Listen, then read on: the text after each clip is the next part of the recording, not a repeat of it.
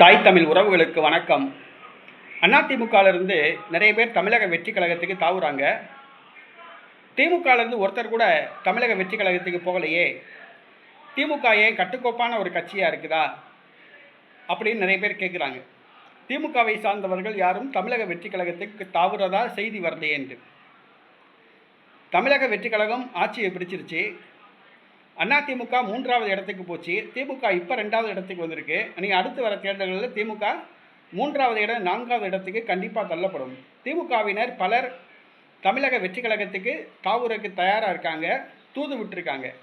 திமுக முன்னாள் அமைச்சர்கள் 10 பேருக்கு மேலே, திமுக மாவட்ட செயலாளர்கள், ஒன்றிய செயலாளர்கள், திமுக உள்ளாட்சி பிரதிநிதிகள் என பலர் தமிழக வெற்றி கழகத்துக்கு தாவுறதுக்கு தூது விட்டுருக்காங்க.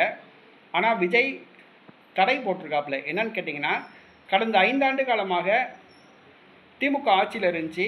இந்த திமுகவினர் நிறைய அட்டூழியம் பண்ணியிருக்காங்க, அட்டகாசம் பண்ணியிருக்காங்க. இப்போ ஆட்சியை இழந்துட்டாங்க.